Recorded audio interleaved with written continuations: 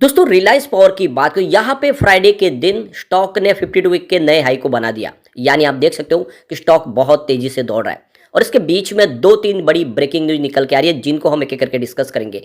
क्या रिलायंस पावर में आने वाले समय में एक जबरदस्त तेजी आ सकती है? क्या स्टॉक आने वाले समय में 3 डिजिट में जा सकता है?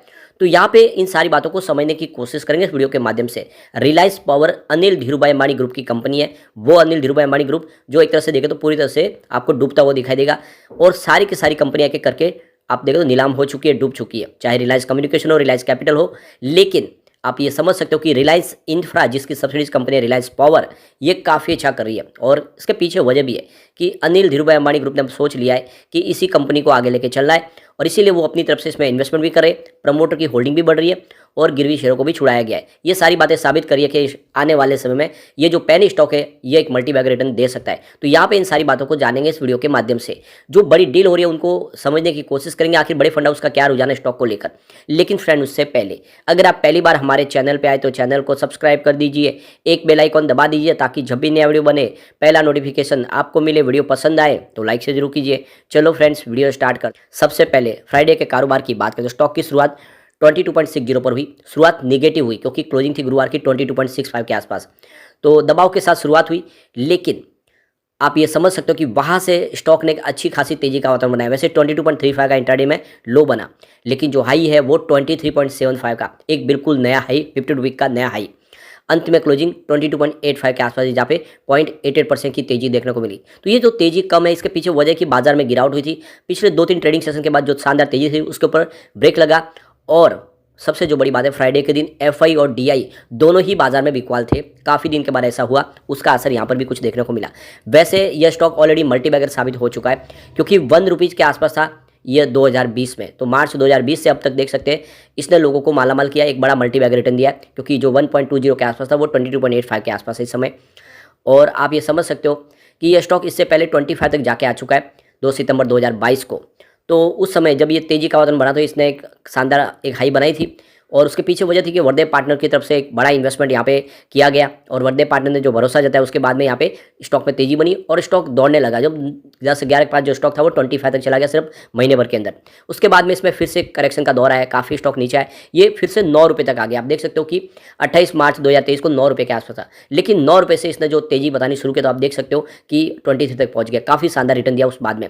तो 9.05 52 वीक का लो है और हाई जो बना वो रिसेंटली फ्राइडे को 23.75 का एक नया हाई बनाने, लगभग 24 तक स्टॉक गया है और कोरोना काल के बाद 25 तक गया, मैंने एक बिल्कुल नई हाई बनाने को स्टॉक तैयार हो चुका है। अब यहाँ पे जो बड़ी एक रिपोर्ट निकल के आ रही है फिच की तरफ से कि फाइनेंशियल ईयर 2023-24 में जो पावर डिमांड है उसमें 7% की वृद्धि देखने को मिल रही है और इसमें 60% योगदान देखें तो थर्मल पावर प्लांट का दिखाई दे रहा है। तो फिच की जो ये रिपोर्ट कह रही है कि 7% की ईयर बेसिस पे यहाँ पे वृद्धि देखने को मिलेगी। पावर डिमांड लगातार बढ़ रही है और तो डोमेस्टिक पावर मार्केट में जो डिमांड बढ़ रही है उसको पूरा करने के लिए आने वाले समय इसकी कैपेसिटी को भी बढ़ाना होगा। वैसे देख सकते हो ये जो डिमांड है 7.1% की, यह फाइनेंशियल 2023 के मुकाबले कम है क्योंकि 9.5% की वहाँ पे डिमांड दिखाई दी थी। फिच रेटिंग ने यह भी कहा है कि आने वाले समय रिन्यूएबल एनर्जी की कैपेसिटी को और बढ़ाया जाएगा, साथ में स्टोरेज कैपेसिटी को भी बनाया जा रहा है, जिसकी वजह से आने वाले समय थर्मल पावर प्लांट के ऊपर जो इस समय ज़्यादा से ज़्यादा वजन है, जो लोड है, उसको कम करके इसको शिफ्ट किया जाएगा रिन्यूएबल एनर्जी की तरफ। फिच रेटिंग एजेंसी का कहना है कि सरकार की तरफ से जो अलग अलग स्कीमें चलाई जा रही है रिन्यूएबल एनर्जी सेक्टर को लेकर उसको बूस्ट देने की वजह से यहाँ पे कुछ डिफरेंट देखने को मिल रहा है। सरकार की तरफ से विंड एनर्जी कैपेसिटी के लिए ऑक्शन लाई जा रही है, उससे आने वाले समय विंड एनर्जी की कैपेसिटी को बढ़ाया जा सकता है। सरकार लगातार बिड लाएगी। यहाँ पे फर्स्ट हाफ फाइनेंशियल 2024 के लेवल 6.6 गीगावाट की रिन्यूएबल एनर्जी कैपेसिटी को ऐड किया गया है, जिसमें 5 गीगावाट सोलर एनर्जी और 1.6 गीगावाट विंड एनर्जी को यहाँ पे एक्स्ट्रा आपको ऐड होता हुआ दिखाई देगा।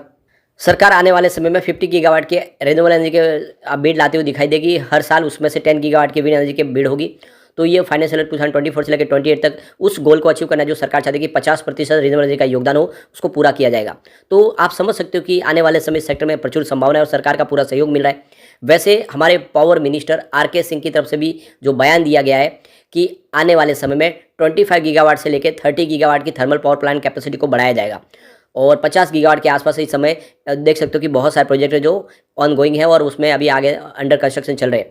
तो कुल मिला के देख सकते हो कि एक तरफ तो रिन्यूएबल एनर्जी की कैपेसिटी को बढ़ाया जा रहा है और दूसरी तरफ थर्मल पावर प्लांट की कैपेसिटी को भी कम नहीं किया जा रहा बल्कि उसको भी बढ़ाया जा रहा है। इसका मतलब ये है कि सुजलॉन एनर्जी की तरह जो कंपनियां हैं वो जो विंड एनर्जी का काम करें उनके लिए तो गोल्डन अपॉर्चुनिटी है ही, लेकिन साथ में रिलायंस पावर के लिए डबल अपॉर्चुनिटी है, क्योंकि रिलायंस पावर फॉजिल फ्यूल्स और नॉन फॉजिल फ्यूल्स दोनों में ही काम करती है। ऐसे में सरकार जब इस दोनों सेक्टर को प्रमोट करे तो उसका सीधा फायदा आने वाले समय रिलायंस पावर को होगा। इसके अलावा एक जो बड़ी अपडेट है कि वर्ल्ड बैंक की तरफ से 1.5 बिलियन डॉलर के ग्रीन एनर्जी सेक्टर के लिए एक बड़ी अमाउंट सैंक्शन की गई है। वर्ल्ड बैंक हेल्प करेगी इंडिया के ग्रीन एनर्जी सेक्टर को। ऐसे में आने वाले समय इनको फंड की कोई प्रॉब्लम नहीं होगी, इनको फंड आराम से मिल पाएगा और अपने बिजनेस को आगे बढ़ा पाएंगे।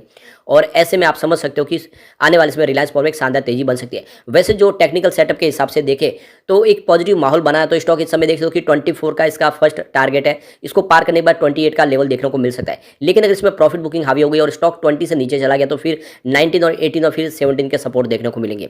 तो फिलहाल जब तक 20 के ऊपर है तो इसके 28 तक जाने की संभावना है, अगर 20 से नीचे गया तो फिर 17 तक आने की भी संभावना बनेगी, यह मार्केट एक्सपर्ट का कहना है। अब चलते हैं हम कुछ बड़ी डील की तरफ, जिसकी वजह से यहाँ पे हमें अप और डाउन दोनों देखने को मिला। तो यहाँ पे देखो सुबह 9:21 पर 22.85 की प्राइस है 18,81,000 शेयरों की एक बड़ी खरीदारी हुई। तो फिर 9:23 पर 22.60 की प्राइस है 12,90,000 शेयरों की बिकवाली हुई। उसके बाद 9:31 पर 22.50 की प्राइस है 12,47,000 शेयरों की फिर से एक बिकवाली हुई।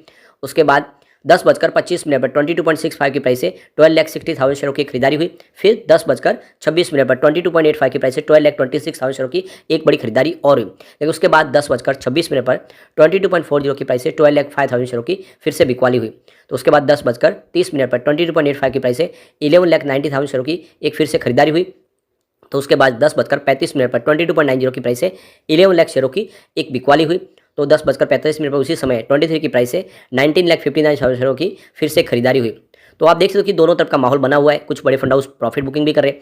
फिर 11:35 पर 23.60 की प्राइस से 12,37,000 शेयरों की एक खरीदारी और हुई। उसके बाद 3:10 पर 22.70 की प्राइस से 11,28,000 शेयरों की एक शानदार खरीदारी और हुई। तो आप ये देख ही सकते हो क्लियरली कि यहाँ पे काफ़ी बड़े फंड हाउस ने जम के खरीदारी भी की है, लेकिन प्रॉफिट बुकिंग में हो रही है, इस वजह से स्टॉक थोड़ा नीचे है। अब इसकी परफॉर्मेंस को देखें अगर बीएसई पावर इंडेक्स और स्मॉल कैप के मुकाबले, तो पिछले 10 साल में रिलायंस पावर ने 10% का नेगेटिव रिटर्न दिया, जबकि बीएसई पावर इंडेक्स में 11% की तेजी बनी है, स्मॉल कैप में 20% की तेजी बनी है।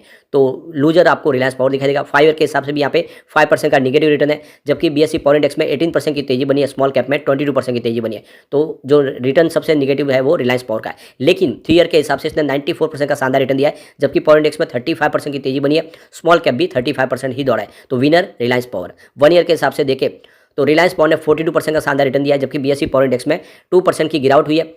और यहाँ पे अगर हम देखें बीएसई स्मॉल कैप में 36% की दौड़ लगी है। तो यहाँ पर 1 ईयर के हिसाब से भी विनर आपको रिलायंस पावर ही दिखाई देगा।